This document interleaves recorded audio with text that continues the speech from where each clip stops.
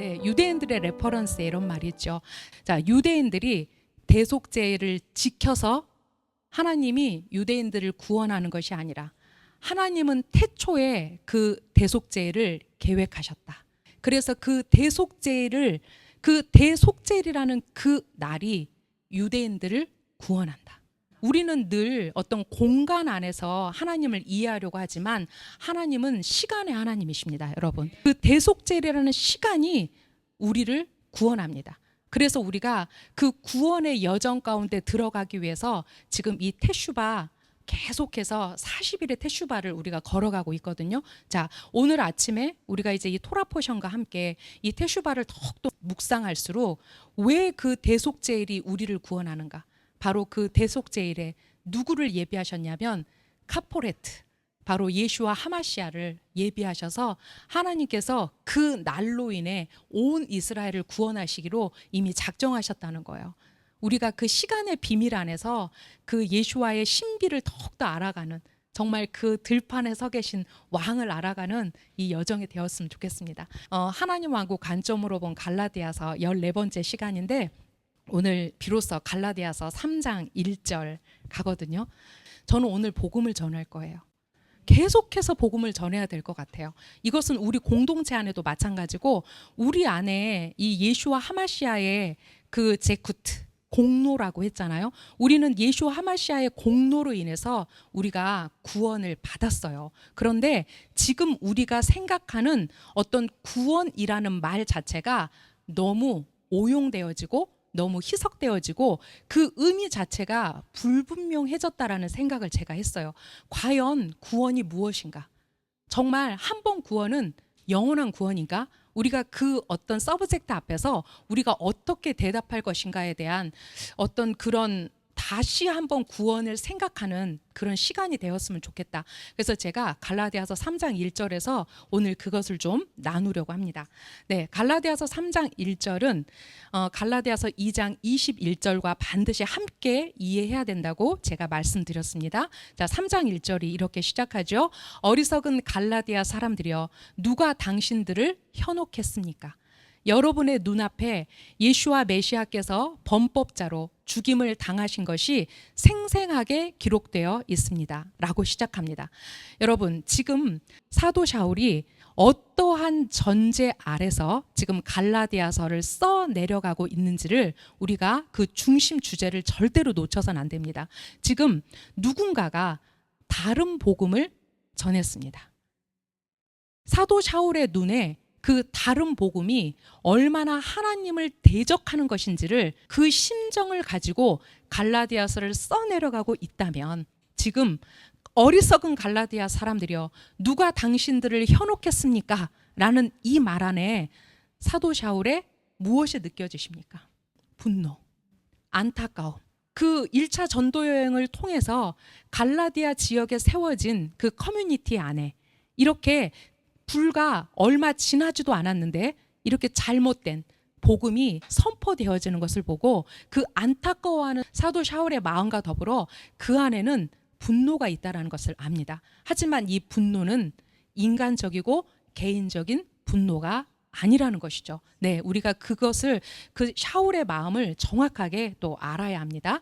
자, 여러분의 눈앞에 예수와 메시아께서 범법자로 죽임을 당하신 것이 생생하게 기록되어 있습니다. 샤울이 어떻게 갈라디아 공동체에게 그 복음의 진술을 전했을지를 우리가 알 수 있는 레퍼런스입니다. 그 당시에 갈라디아 공동체 안에 다른 복음이 전해졌습니다. 자, 어떤 복음이 전해졌죠? 할례를 받아야 구원을 받을 수 있다라고 말하는 사람들이 있었습니다. 자, 두 부류의 사람들이었죠. 한 부류는 어떤 사람이라고 표현하고 있냐면 그들이 바리새파였다가 이제 예수와를 하마시아로 믿고 그 메시아니 공동체 안에 합류되어 들어온 사람들 중에 일부가 너희가 모세의 토라를 따르지 않으면, 즉 할례를 받지 않으면 구원을 받을 수 없다라고 말하는 일부의 사람들이 있었고, 또 그렇게 말하는 사람들 중에는 누가 있었냐면 이미 유대교 개종자들, 즉 이방인이었지만 유대교로 개종해서 할례를 받고 메시아닉 공동체에 합류를 한 상태였던 사람들이 어떤 자기들이 받았던 그 할례의 당위성을 똑같이 메시아닉 공동체 안에서 요구했다라는 것입니다.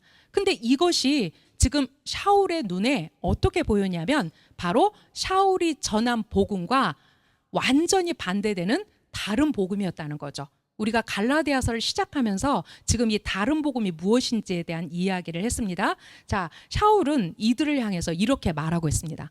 메시아의 진짜 복음을 변질시키려고 하는 사람들, 슬그머니 들어와서 형제인 척 하는 사람들, 이런 사람들이 그 1세기 그 메시아닉 공동체 안에 있었다라는 거죠.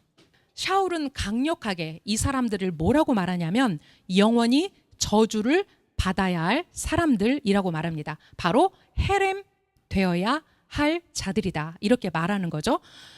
저는 이번 주에 이런 것들, 이 복음 또 구원 또 이 갈라디아서 3장 1절을 준비하면서 참 안타까운 것은 지금 2000년의 기독교의 역사 가운데 너무나 오랫동안 다른 복음이 전해졌고 지금 이제 그 예수와의 발자취를 우리가 듣는 이 엔타임의 시즌 가운데 하나님께서 그 온전한 복음을 회복시키려고 하는 이 시즌 가운데 우리가 있는데 과연 우리가 어떻게 복음을 말해야 될 것인가?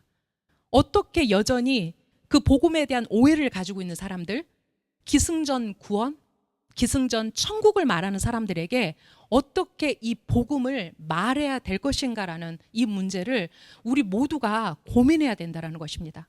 여러분, 우리가 지금 이스라엘과 함께 하나님의 왕국을 향해 가는 이것은 절대 종교적인 열심이 아닙니다.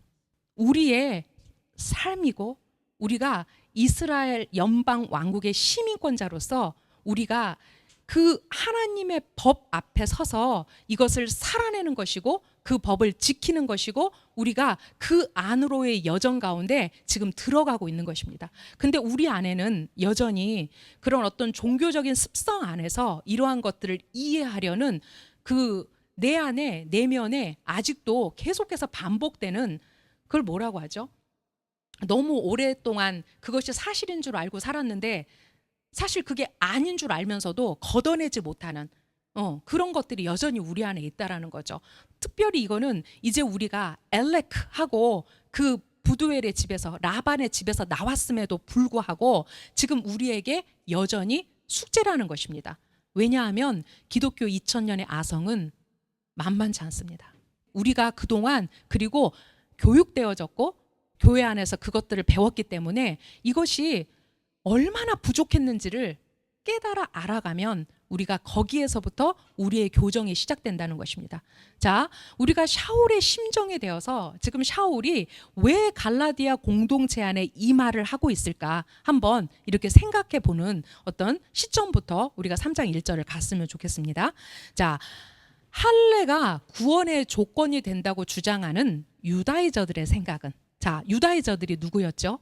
자, 오늘 이제 처음 강의를 듣는 분들을 위해서 유다이저는 누구냐면 유대인화 하려는 사람들.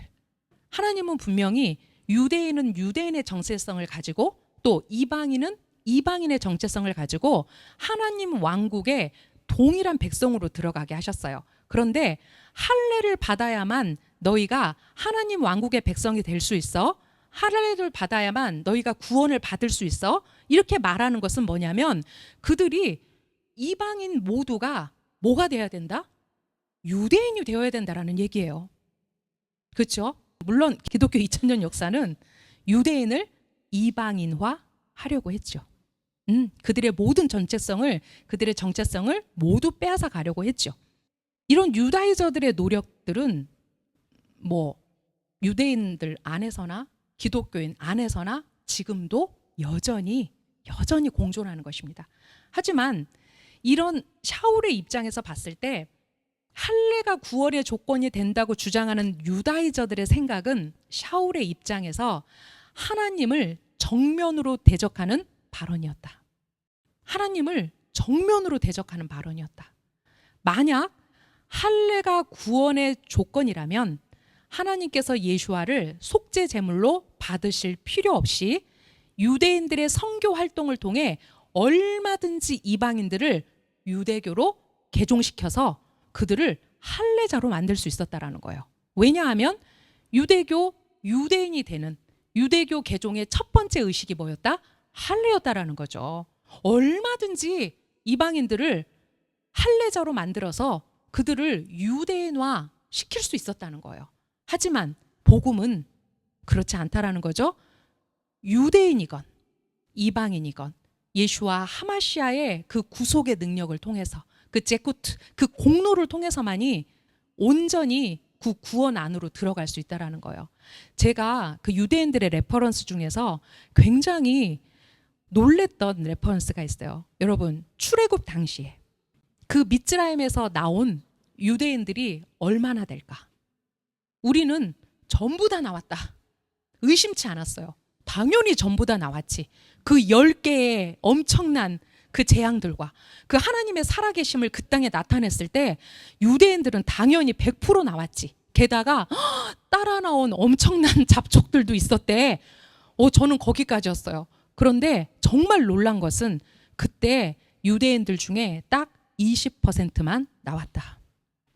그 20%가 남자만 60만이었다. 그렇다면 정말 엄청난 인구가 있었다라는 거죠.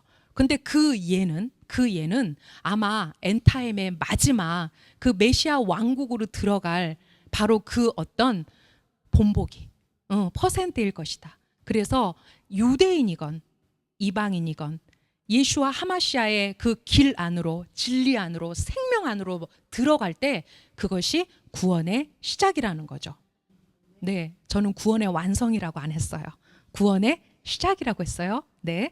자, 이미 1세기 당시에도 디아스포라 유대인들은 그들이 어디에 살든 적극적으로 이방인들에게 유대교 개종을 권유했고, 제가 이방인에 충만해서 이 얘기를 한 적이 있어요. 그 당시에 얼마나 많은 그 로마의 사람들이 앞을 다투어 유대교로 개종하려고 했는지. 그래서 로마 당국에서 안 돼, 더 이상 로마인들을 유대인으로 개종하는 것을 우리가 원하지 않아. 그래서 그것을 법령으로 선포했다고 그랬죠. 네, 그 유대교를 개종하는 이방인들이 행하는 이런 첫 번째 절차가 할례였음에도 불구하고 전혀 하나님께 정반대되는, 하나님을 정면으로 대적하는 그런 유다이저들이 그 당시에 있었다라는 거죠.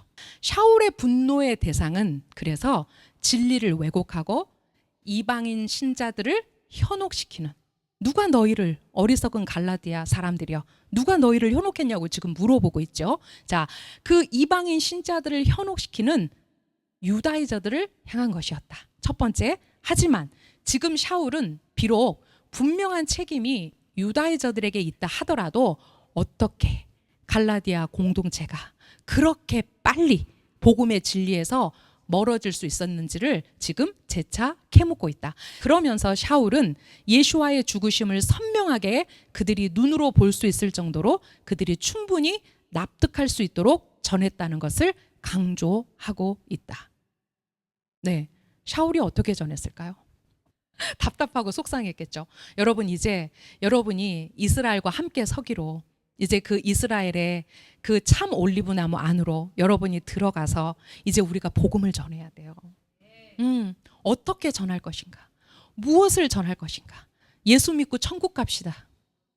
No. 그죠? 네, 기독교 안에만 구원이 있습니다. 우리 교회에만 구원이 있습니다. 그래서 구원파가 있잖아요. 네, 지금 구원파가 이번에 그 이스라엘에서 전하는 소식에 보니까 구원파가 이스라엘을 점령하기 시작했다. 여러분, 정말 위험한 것이, 과연 이방인이 이스라엘의 교회를 세운다는 것이 말이 될까요? 말도 안 되죠. 왜 말이 안 될까요? 이미 기독교는 이스라엘을 버렸고 스스로 영적 이스라엘이 됐어요. 그들이 가르치는 모든 교리는 기독교적 교리예요.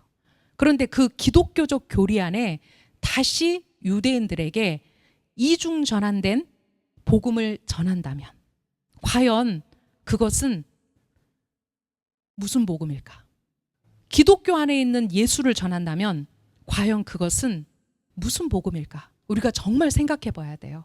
구원파가 지금 이미 지어진 메시아닉 교회를 침투하고 있는 상황인 것 같아요. 저는 그 기사를 읽으면서 그 생각했어요. 진리 안에 세워진 교회는 절대 넘어가지 않는다. 진리 안에 정말 제대로 세워져 있다면 절대 넘어가지 않는다. 우리가 그들이 온전한 예수와의 진리에 접붙여지도록 우리가 그들을 후원하는 것까지지, 사실 이방인이 교회를 세워서 이미 이중전환된 기독교의 예배를 그들에게 가르치는 것이 뭔가 굉장한 훈장을 받는 것처럼 생각해서는 안 된다. 네, 저는 그렇게 생각합니다. 로마서 1장 16절에서 17절 말씀을 읽으면서 바울이 그가 어떻게 복음을 증명하고 있는지를 좀 우리가 읽어 나갔으면 좋겠어요. 나는 복음을 부끄러워하지 않습니다. 복음이 믿는 모든 사람에게 구원을 가져다 주는 하나님의 강력한 수단이기 때문입니다.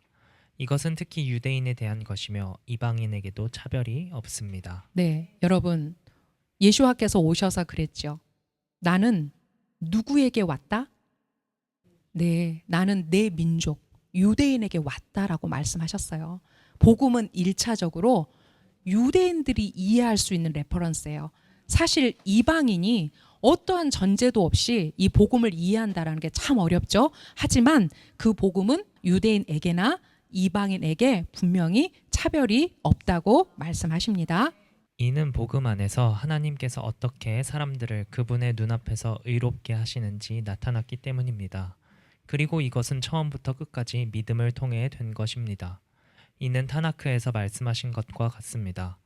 그러나 의로운 사람은 그의 신실함으로 자기의 삶을 살 것이다. 하박국 2장 4절 말씀을 이렇게 이제 유대인 신약 성경에서 풀어냈습니다. 여러분, 샤울은 그의 그 정체성 안에서 이제 예수와를 그의 하마시아로 만난 후에 그의 그 모든 것을 배설물로 버렸어요. 그리고 온전히 그 복음 안으로 들어갔을 때 사실 그 복음을 전하는 샤울의 그 삶의 여정을 한번 따라가 보십시오. 저는 그 로마에 갔을 때 샤울이 목이 잘려서 순교했다라는, 지금 비록 천주교 성당이 되어 있지만 그 장소에 갔을 때 굉장히 하나님께 이렇게 깊은 곳에서 질문이 올라왔었어요. 하나님, 왜 그러셨어요? 왜 이리도 그 선지자들의 삶이, 그 제자들의 삶이 이리도 고난 가운데 있었을까요? 이 생각을 했었거든요. 그 샤울의 목이 잘리면서 3번을 이렇게 켰답니다. 그래서 거기가 3개의 우물, 그래서 트리 폰타네라고 거기가 이렇게 명승 장소로 돼 있었어요. 근데 그곳에서 참 샤울을 많이 묵상했던 기억이 있는데, 그 샤울이 나는 복음을 부끄러워하지 않습니다 라고 지금 로마서를 시작하고 있어요. 그는 그의 왕이신 예수와의 그 엄청난 죽음 앞에, 그 죽음까지 불사하는 그 자기 희생 앞에서 그 샤울이 무엇을 깨달았을까? 우리가 그 유대인의 입장에서 샤울을 한번 따라가는 여정 가운데 그가 복음을 이제 어떻게 말하고 있는지 한번 보세요. 네, 로마서 3장 21절에서 22절 그리고 24절에서 25절 말씀입니다. 그러나 이제 토라와는 별개로 하나님께서 보시기에 사람을 의롭게 하는 하나님의 방법이 분명해졌습니다. 이것은 토라와 예언자들도 증언한 것입니다.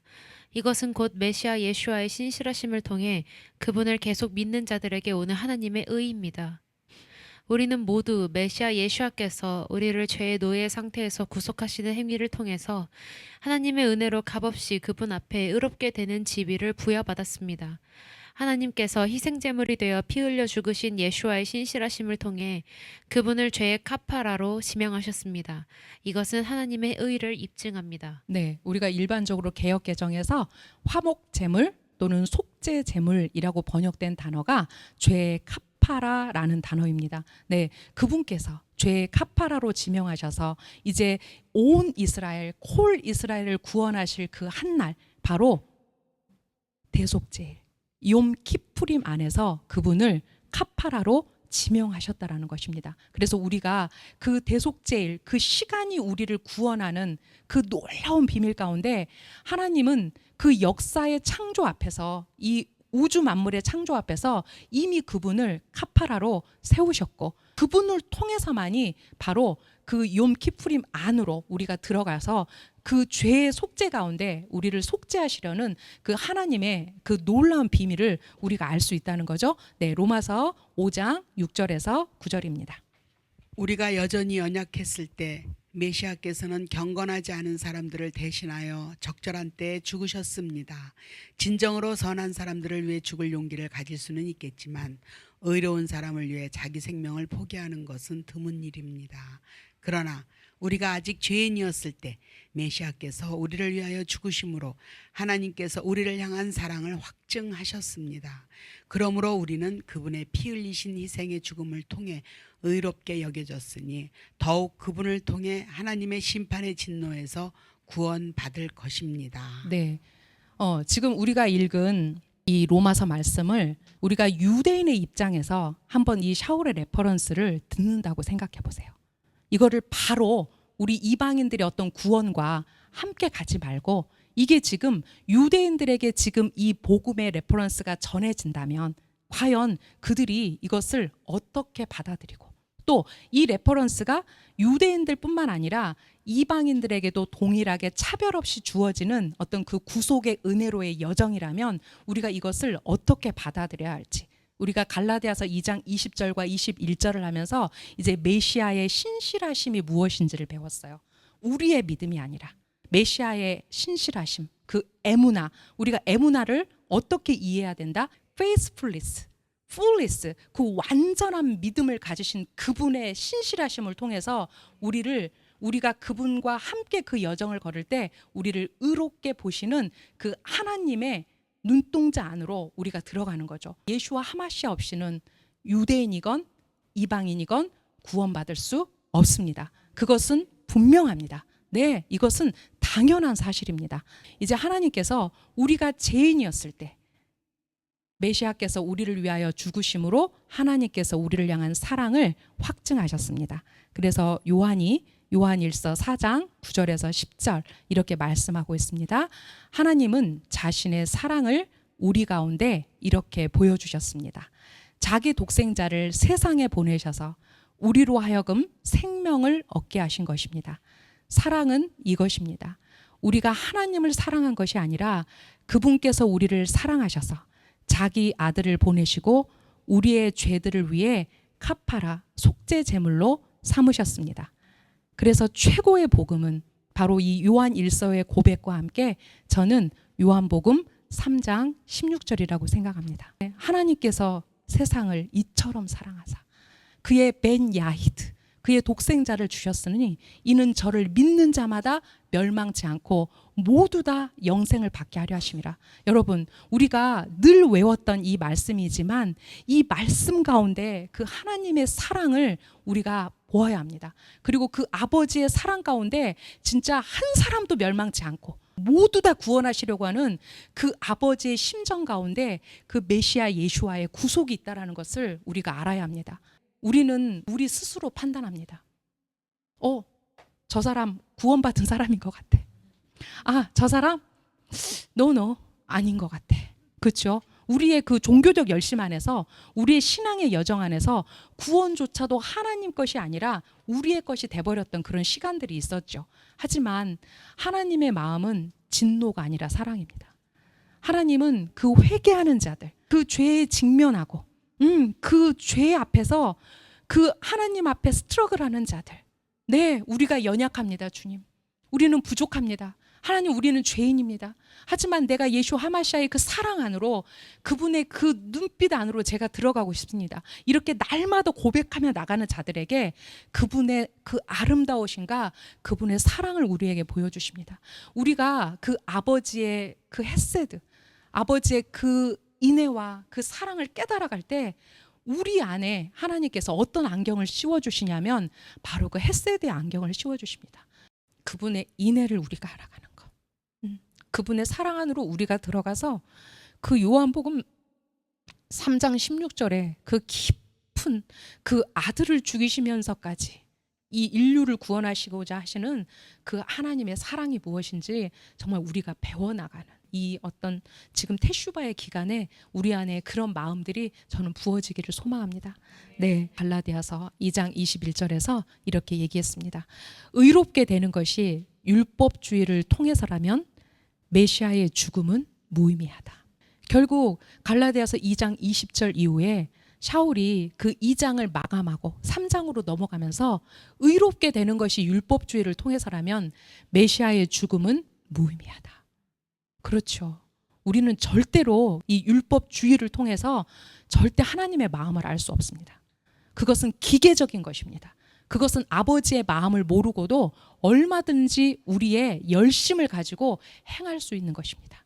하지만 우리가 아버지의 마음을 알아가면 알아갈수록 그 아버지의 마음 안에서 그 메시아의 메시아 되심을 우리 안에 더욱더 계시한다는 것입니다. 네, 어떤 사람이 그래서 그랬죠. 자, 성경에 돼지고기를 먹지 말라고 그랬어. 우리에게 항상 이 음식 정결법에 숙제가 있죠. 정말 대한민국에 살려면요, 이 음식 정결법은 넘어도 끝이 없는 산이에요. 그죠? 와, 진짜 넘어도 끝이 없는 산이에요. 우리가 배워보지 못했기 때문에 사실 굉장히 어려워요. 근데 제가 이거를 그래, 나는 절대로 돼지고기를 먹지 않을 거야 결심했어요. 그래서 정말 3년 정도의 시간 동안 이게 돼지고기를 이렇게 일부러 피해 다녔어요. 세상에 저는 우리나라에 그렇게 많은 돼지고기 요리를 하는 식당이 있다는 게 놀랬어요. 근데 그 어떤 3년 동안 열심히 지키려던 것이 어느 날 하루 깨졌어요. 교제의 자리에서 계속 고민했어요. 저걸 먹어야 되나 말아야 되나, 저거 안 먹으면 저분들이 얼마나 실족하실까. 그래서 어쩔 수 없이 한 2개를 겨우 먹고 이제 그 가진 이유를 들어서 제가 이렇게 그 맛있게 먹었고 다 먹었고 막 너무 맛있게 먹었고 이렇게 하면서 이제 그 자리를 모면할 수 있었는데, 우리가 이것이 어떤 율법으로 주어졌기 때문에 내가 열심히 율법으로 지키려고 한다면 우리는 절대 지킬 수 없어요. 대한민국에 사는 한 김치에 새우젓 안 넣고 먹는다고요? 닦아 먹을까요? 어떻게 순두부찌개를 먹었는데 조개 국물이 들어가야 맛있잖아요. 조개 국물 덜고 순두부만 먹는다고 그게 음식 정결법일까요? 그 정도로 어려워요. 그런데 내 마음 가운데 그래, 내 어떤 결심이 아니라 하나님이 내 사랑하는 그 사람이 먹지 말라고 했지. 모든 법은 선하다. 저는 하나님의 모든 법은 선하다고 생각하는 사람이에요. 왜? 그분이 선하시기 때문에. 그 토라의 법은 우리를 살리는 데 목적이 있지 절대 우리를 죽이지 않으세요. 그래서 요즘에 또 묵상해요. 아, 나의 사랑하는 분이 돼지고기를 먹지 말라 하셨으니 이제 정말 다시 내가 그 법으로 돌아가야 되겠다. 아마 율법주의라면 이거 작심 3일에 또 끝날 거예요. 근데 제 사랑하는 분의 목소리에 제가 더 귀 기울이고, 네, 하나님 진짜 5783년은 제가 이 음식 정결법, 선하신 하나님이 선하신 법으로 주신 이 토라의 법들을 지키게 해주십시오. 제가 지금 기도 시작했어요. 그렇다고 제가 하니 여러분도 하라고 그렇게 말씀드리는 거 아니에요. 그거 보통 일이 아니거든요. 사실은 우리가 그렇게까지 하기는 어렵지만 우리 5783년은 그 선하신 하나님이 제정하신 선하신 법 가운데 우리가 반응하는 그런 해가 됐으면 좋겠어요. 네, 단 그것이 율법주의면 안 돼요. 그분을 사랑함으로 사랑의 고백으로 올려드릴 수 있는 그 범위 내에서 스텝 바이 스텝, 한 발자국씩 하다 보면 된다는 거예요. 네, 자, 제가 여러분에게 100개의 문 100개의 슈파르트 그리고 아케이다 이 책의 결박을 오늘 좀 소개하려고 해요. 네, 우리 라삐님이 이 책을 한국에서 유일하게 펴내시면서 이번에 그 책을 알리는 광고를 찍으셨어요. 깜짝 놀랐어요. 네, 우리가 해달라고 하지 않았는데 자발적으로 해주셨는데, 아, 처음에는 좀 그랬어요. 아, 참 대단한 열정이셔. 너무 대단해. 어떻게 이렇게 정말 한시도 쉬지 않고 뭔가를 한국에 주시기 위해서 이렇게 하실까? 여러분 이해되세요? 근데 제가 어제 다시 한번 이 영상을 보고 오늘 또 우리 토라포션 앞서서 이 영상이 나갔잖아요. 와, 너무 감사한 시간이다. 우리가 너무나 절기를 알고 싶어 하니까 이 이츠학의 열심을 통해서 이제 너희 내 절기 안으로 들어오지 않을래? 이렇게 계속 말씀하고 계시구나.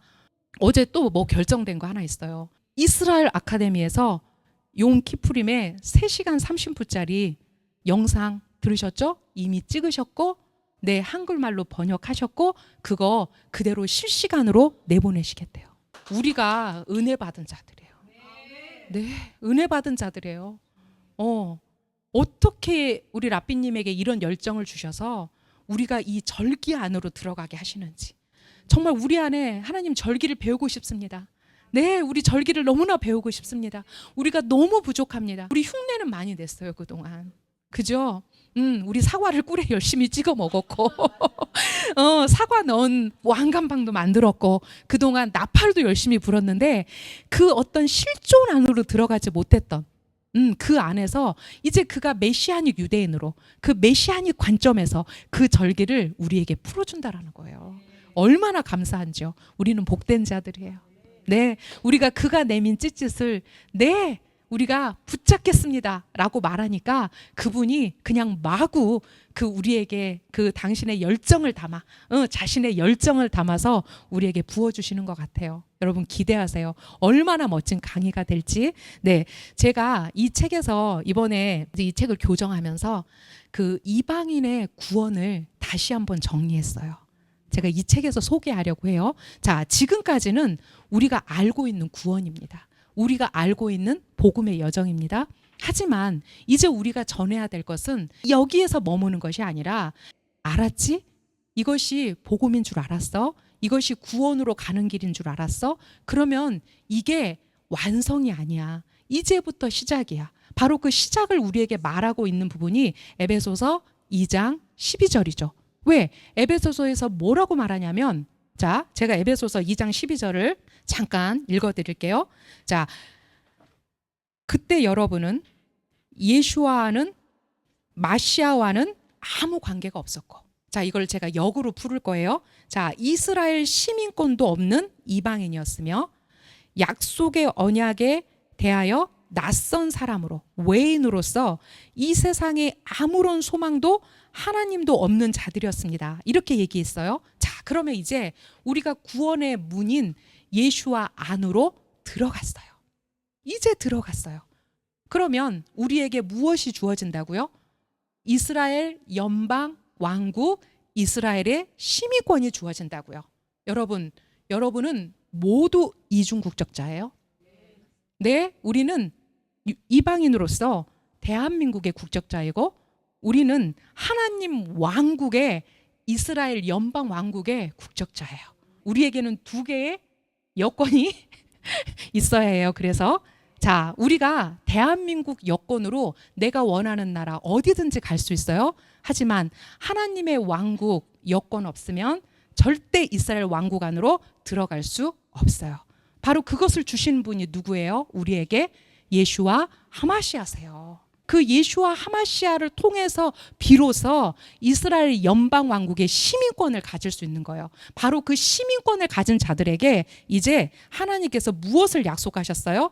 약속의 언약, 또 이 세상에 아무도 우리가 몰랐던 하나님 안에서의 소망, 그리고 하나님이 누구신지를 우리에게 선물로 주셨다는 거예요. 이제 우리가 전해야 될 복음은, 우리 이방인들 안에서 전해야 될 복음은 이제 여기서부터 새롭게 시작돼야 돼요. 그래서 책에서 이렇게 말합니다. 네, 한번 읽어주세요. 벤 야이드이신 예수아와 우리 유대인의 연합, 그리고 이스라엘 집에서 이스라엘과 이방인의 연합을 고려할 때 너를 위해 모리아의 땅으로 가라 라는 구절의 결론에 다다르게 된다. 따르면 창세기 22장 2절은 현인들이 설명하길 그것이 모리아라 불린 이유는 그것으로부터 종교적 가르침이 이스라엘로 나갔기 때문이다 라고 한다. 다시 말하면 고난당하신 예수와의 대속의 공로를 믿는 믿음을 두었다면 이스라엘 집에 정체성을 취한 것이고, 이렇게 접붙여진 자들의 첫 번째 행동의 과정은 토라의 가르침을 따른다는 것이다. 이 가르침을 받고 접붙여진 가지들은 메시아와 이스라엘과 함께 맞추어 살아가도록 요구되어진다. 이 삶은 살아있는 코르반으로 자신을 바치고 거룩과 신적인 성품으로 올라가야 하는 것이다. 네. 여러분, 우리가 지금 이 시간 안에서 걷고 있는 여정이에요. 그죠? 자, 벤 야이드이신 그 하나님의 독생자이신 예수아와 첫째는 유대인의 연합이에요. 그죠? 우리는 착각해요. 유대인들이 예수아를 믿는다고? 자, 1세기 예수아의 제자는 누구뿐이었다? 유대인뿐이었다. 자, 우리는 누구에게 복음을 전해받았다? 유대인에게 전해받았다. 왜 2000년 기독교는 그걸 잊어버렸을까요? 그 복음의 전달자인 유대인들에 대한 빚을 우리는 모두 다 잊어버렸어요. 그런데 그 하나님의 독생자이신 예수와는 첫 번째 유대인과의 연합이에요. 그리고 이제 이스라엘 집에서 이스라엘과 이방인의 연합이에요. 그런데 이 자들이 유대인이건 이스라엘 집에 속한 이방인이건 하나님이 이 모두에게 요구하시는 건 바로 뭐냐면 레카예요. 너를 위해서 스스로 가라 해요. 너를 위해 모리아 땅으로 가라.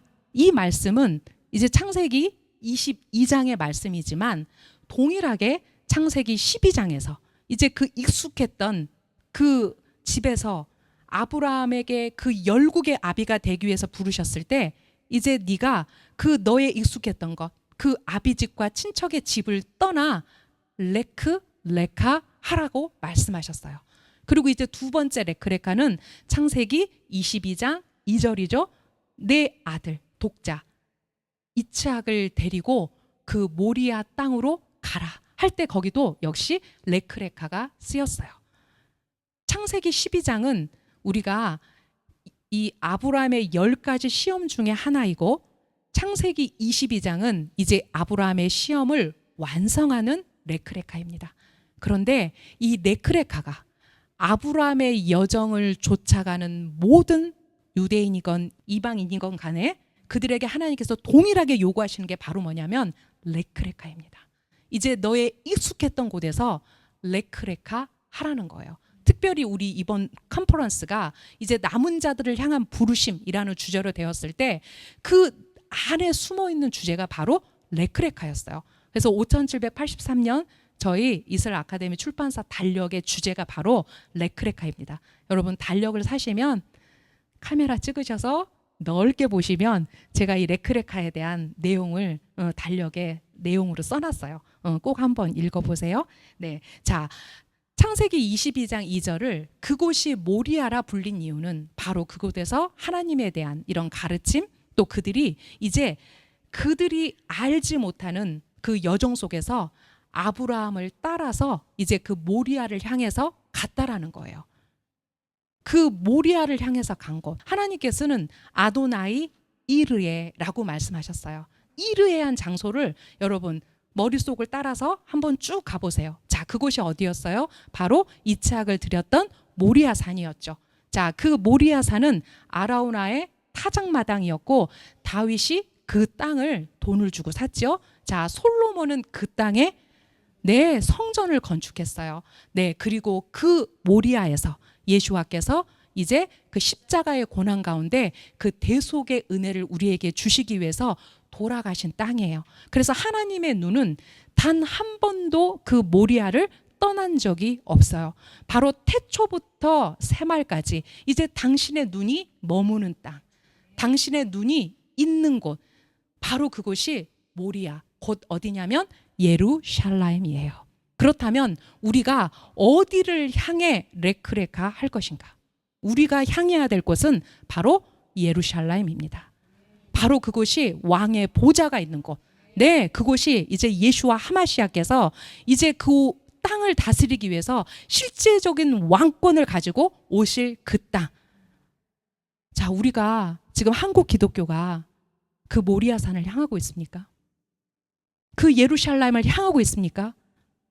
네, 우리는 모두 다 반유대주의와 2000년의 기독교 역사가 가려놓은 이 종교와 신학의 렌즈를 끼고 스스로 영적 이스라엘이라고 자천은 하지만 어느 누구도 이 모리아산을 향해서 레크레카하지 않습니다.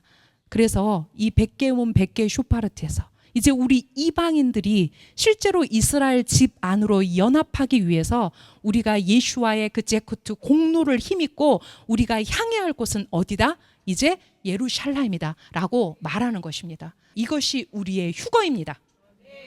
네, 우리가 저 어딘가 공중에 있는 기독교의 그 아우라가 만들어 놓은 그 천국이 아니라 우리가 정말 휴거되어야 될 땅, 우리가 정말 올라가야 할 땅, 바로 그 땅, 바로 그 땅, 우리가 알리아해야 될 땅, 네, 그곳은 예루살렘입니다.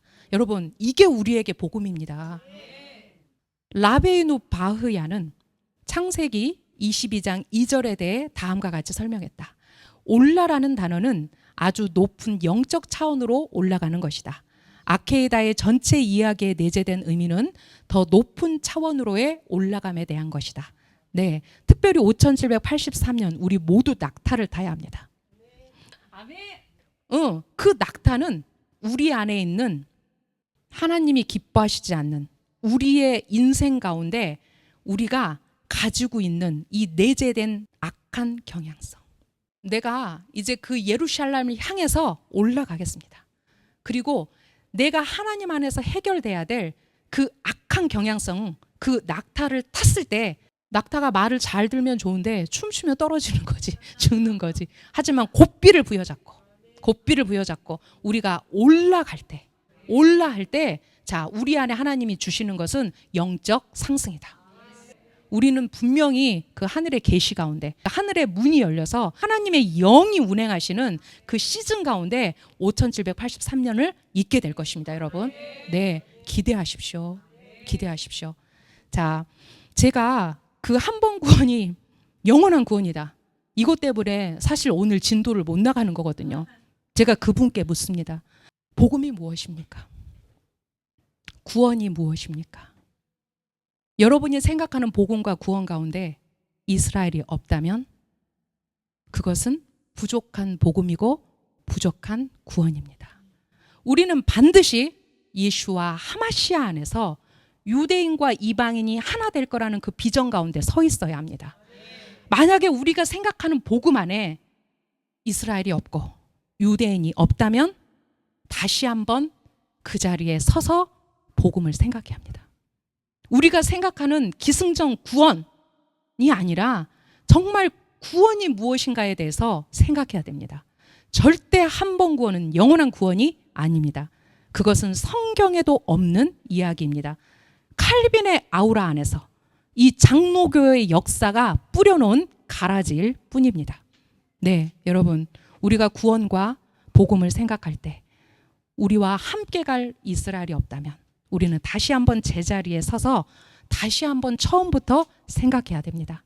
자, 하지만 제가 하나님께 너무나 감사한 것은 염려하지 마라.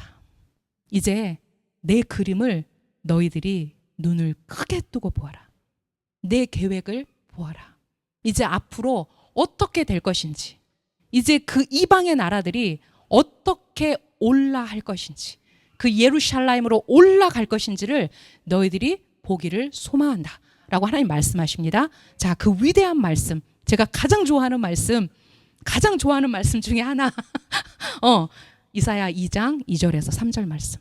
제가 이번에 이 말씀을 깊이 묵상하면서 이 안에서 1780년대를 향해 가는 그 완성을 향해 가는 하나님의 그림이 제 눈에 보였어요.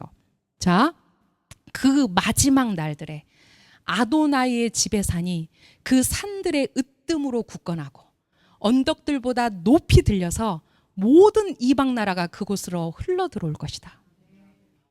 여러분, 누구의 선포예요? 여호와 하나님, 그 별과 달과 해와 이 우주를 창조하신 그 창조주 하나님의 약속이에요. 그 엘로힘의 약속이에요. 이제 그 예루살렘, 그 모리아 산이 이제 그 산들의 으뜸으로 굳건하고 언덕들보다 높이 들려서 이제 모든 이방 나라가 그곳으로 흘러 들어올 것이다. 많은 민족들이 걸어오면서 오너라, 우리가 아도나의 산으로 올라가자, 야곱의 하나님으로 집으로 올라가자 네, 이 올라가자가 무엇입니까? 올라입니다. 실제로 우리 안에 레크레카의 여정 가운데 네, 올라가겠습니다. 엘레크라고 대답하는 자들 가운데 이제 그 모리아 산을 향해서 예루살렘을 향해서 이제 우리 함께 올라가자 라고 말하는 많은 이방 나라들이 있게 될 것이라는 것입니다. 우리는 볼 거예요. 네, 하나님의 말씀은 단 한 말씀도 땅에 떨어지지 않아요. 반드시 이루어질 거예요. 자, 이 올라가자의 시즌을 저는 5783년으로 봤어요. 이 5783년 가운데 자, 우리 올라가자. 우리 그 산으로 올라가자 라고 말하는 자들이 있을 거예요. 그리고 그가 우리에게 그의 길을 가르치시리니 우리가 그의 길들로 걸어가자 하고 말하리니 네, 저는 이 길 히브리어로 네레크 숫자 4 이제 5784년 안에 그 올라가자라는 그 대열의 선자들에게 하나님의 도를 가르치실 거예요. 하나님의 진리를 가르치실 거예요. 그의 길을 가르치실 거예요. 이는 찌온에서 토라가 나오고 여호와의 말씀이 예루살렘에서 나오기 때문이다. 이제 그 길로 올라갈 자들, 이제 그 길의 여정에 서 있는 자들은 고백해요. 이렇게 하나님, 토라는 찌온에서, 여호와의 말씀은 예루살렘에서 나옵니다. 우리가 바로 그 토라를 배우겠습니다. 우리가 바로 그 말씀을 배우겠습니다. 네, 저는 이걸 보면서 토라 5권이잖아요. 자, 5785년 해의 해, 그 생명의 해, 그 생명의 토라의 말씀이 이제 올라가기로 결단한 자들, 하나님의 데레크 안에 행하겠습니다라고 말하는 자들에게 이제 이 토라가 풀어질 거라고 생각해요. 네, 여러분, 제가 3절까지만 실었는데 4절은 뭘까요? 제가 이번에 이 말씀을 다시 한번 저에게 이 5780년의 여정 가운데 저를 이렇게 풀어주시는데 정말 너무 놀랐어요. 자, 그가 이방 나라들 사이를 심판하시며 많은 민족을 위하여 중재하시리니. 바보예요. 이제 그분이 이방 나라들을 심판하시고 하늘과 땅을 잇는 바보이신 예수와께서 많은 민족들을 중재하실 것이다. 그 다음은 자인이에요. 그래서 그것을 깨달은 많은 자들이 그들의 칼을 쳐서 곡괭이로, 그들의 창들을 쳐서 낫들로, 나라가 나라의 칼을 들지 않고 더 이상 전쟁을 배우지 않을 것이다. 이제 그 5780년의 여정 가운데 이제 우리 베트 5782년 안에 이제 그 하나님의 사랑의 노래를 듣는 자들이 그 사랑의 노래를 듣고 내가 하나님의 집 안으로 들어가겠습니다 라고 우리가 선포했죠. 이제 들어온 걸로 끝나는 게 아니에요. 이제 예수와의 문 안으로 들어온 게 끝나는 게 아니라 하나님, 제가 이제 그 모리아 땅으로 올라가겠습니다. 예루살렘으로 올라가겠습니다. 이렇게 선포하는 자들에게 하나님의 길을 가르치시고 이제 그 토라를 가르치실 거라는 거예요. 여러분, 너무 그 하나님의 계획이 멋지지 않으세요?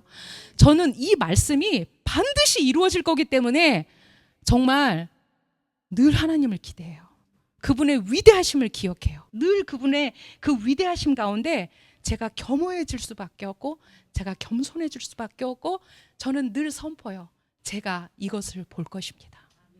제가 반드시 이것을 볼 것입니다. 주님, 이루십시오. 이루십시오. 우리가 한국교회에 많이 기도합니다. 우리는 끝까지 아버지의 사랑의 심장을 가지고 기도해야 됩니다. 판단하지 말고, 그들의 그 연약함을 우리가 판단하지 말고, 하나님, 그들을 생명으로 이끌어 주십시오. 그들을 빛으로 이끌어 주십시오. 그들이 스스로 그 예수와 하마시아의 그 제쿠트를 통해서 그 공로를 통해서 구원받았다는 것이 그 이스라엘 집으로 들어가는 것을 알게 해 주십시오. 네, 이것이 지금 우리가 그들에게 전해야 될 복음입니다. 자, 갈라디아서 3장 2절에서 5절까지는 읽고만 끝나겠습니다. 네.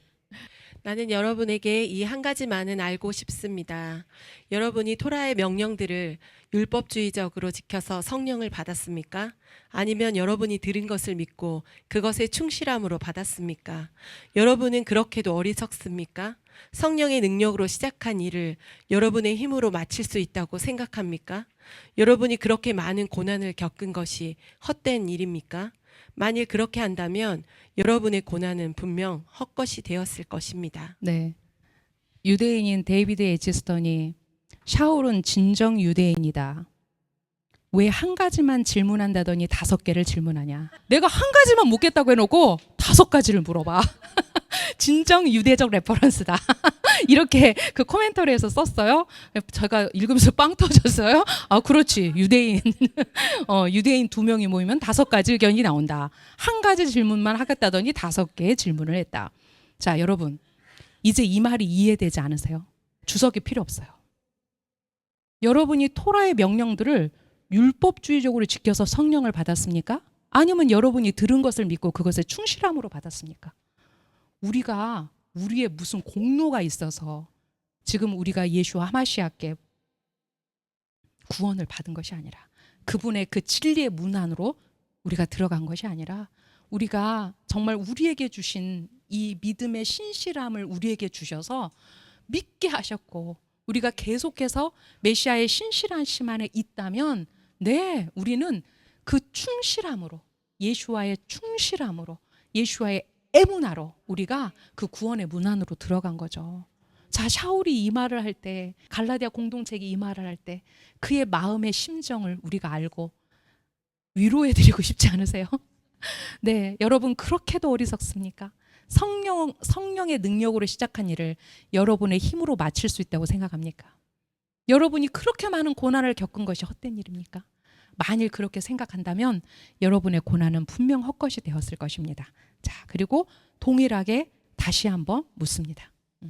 여러분에게 성령을 주시고 여러분 가운데 기적을 행하신 것은 여러분이 토라의 명령들을 율법주의적으로 지켜서입니까? 아니면 여러분이 들은 것을 믿고 그것에 충실해서입니까? 네, 우리에게 당신의 그 놀라운 콜 이스라엘의 구원 가운데 우리를 이끄신 것은 그 하나님의 영의 신실하심, 예수와 하마시아의 신실하신 가운데 우리가 있음을 고백합니다. 네, 우리는 어떠한 우리의 공로로 절대 구원받을 수 없는 자들입니다. 우리는 우리의 어떠함 때문에 우리가 무엇을 지켜서 우리가 잘나서 우리의 어떤 노력을 해서 우리가 지금 이 자리에 있는 것이 아니라 정말 우리를 향하신 그분의 그 사랑 가운데 우리가 반응했다라는 것. 그거 하나로 인해서 우리가 지금 이곳에 있습니다. 여러분, 이제 우리가 복음을 완전한 복음을 전해야 될 때입니다. 그 부족한 복음을 가지고 있는 그들을 긍휼히 여겨야 됩니다. 하나님은 하나님을 사랑하는 자들을 당신의 집에 모으십니다. 우리가 유일하게 우리의 공로로 올려드릴 것은 사랑합니다. 당신을 내 온 마음과 내 온 영혼과 내 힘을 다해서 아버지 사랑합니다. 우리가 날마다 올려야 될 그 사랑의 고백밖에 우리의 공로가 없습니다, 여러분. 네, 우리가 그렇게 하나님의 사랑의 여정에 동참했기 때문에 우리가 이렇게 그 엘레크하는 여정 가운데 우리는 바로 뒤도 돌아보지 않고 거침없이 단번에 우리가 지금 이 여정에 올라 있습니다. 여러분, 제가 항상 강조합니다. 우리는 하나님의 군대의 동지입니다. 교인할 사람 가라고 그랬어요. 다른 더 멋진 교회 많으니까 네, 우리는 동지로 정말 하나님의 왕국을 향해 가는 우리 한 사람 한 사람이 되기를 소망합니다. 네, 오늘 여기까지고 이제 다음 주는 제가 아브라함 얘기를 할 거예요. 와, 그 유대인의 레퍼런스 안에서 이 아브라함의 믿음을 찾으면서 양이 너무 많아져가지고 안 되겠다. 이거는 2번에 나눠서 해야 되겠구나 하고서 제가 오늘 이제 여기까지만 끊었는데 이제 다음 주에는 아브라함의 믿음을 우리가 왜 좇아야 되는지에 대해서 그 유대인의 레퍼런스와 함께 하겠습니다. 네, 기도하겠습니다. 이스라엘의 하나님 감사합니다. 주님, 온전히 하나님이 복이십니다. 온전히 하나님이 우리의 모든 것 되십니다. 네, 우리의 심장을, 우리의 머리를, 우리의 온 몸을 당신의 사랑으로 채워주십시오. 네, 우리가 당신의 그 사랑의 빛 가운데 걸을 때 우리가 온전히 아버지의 사랑을 우리 공동체 가운데, 내 가족 가운데, 또 나와 함께 걸어가는 모든 사람들에게 전할 수 있습니다. 항상 그 제사보다 그 인애를 원하셨던 주님의 마음이 무엇인지를 우리에게 부어주십시오. 그렇게 하실 하셴을 송축합니다. 베셴 예슈아 하마시아 아멘.